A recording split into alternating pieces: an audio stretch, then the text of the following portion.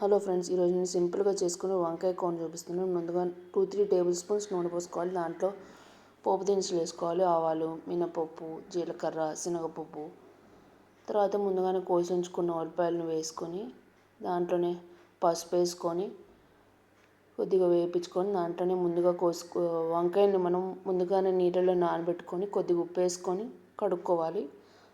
అవి మెత్తగా మూత పెట్టుకొని వేయించుకోవాలి. మధ్య మధ్యలో కలుపుకుంటూ ముక్క అనేది మెత్తబడే వరకు మధ్యలో మూత పెట్టుకుంటూ మంచిగా వేయించుకోవాలి, ఉడికించుకోవాలి. అలాగే దాంట్లోనే కొద్దిగా ముక్క అనేది కొద్దిగా మెత్తబడిన తర్వాత దాంట్లోనే ఉప్పు వేసుకొని మంచిగా మూత పెట్టుకొని ముక్క అనేది బాగా మెత్తబడే వరకు వేయించుకోవాలి.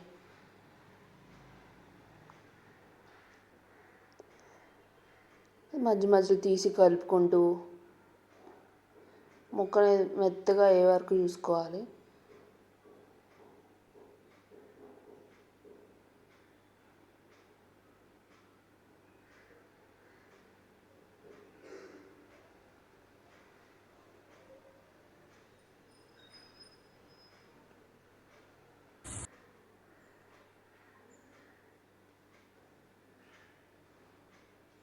ఇప్పుడు మనం జీలకర్ర పొడిని వేసుకుంటున్నాం. ఆ జీలకర్ర పొడి కూడా వేసుకొని మనం చక్కగా కలుపుకొని మూత పెట్టుకొని మగ్గించుకోవాలి. అలాగే మనం ముందుగానే క్రష్ చేసి పక్కన పెట్టుకున్న వెల్లుల్లి లేదా పచ్చిమిరపకాయ తొక్కును కూడా వేసుకోవచ్చు.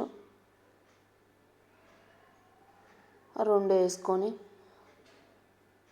మంచిగా కలుపుకొని ఒక 2 నిమిషాలు మూత పెట్టుకొని వేయించుకోవాలి.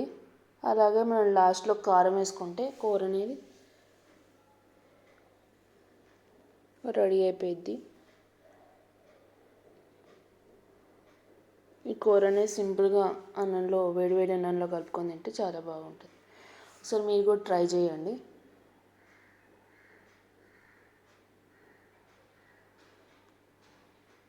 Thank you for watching.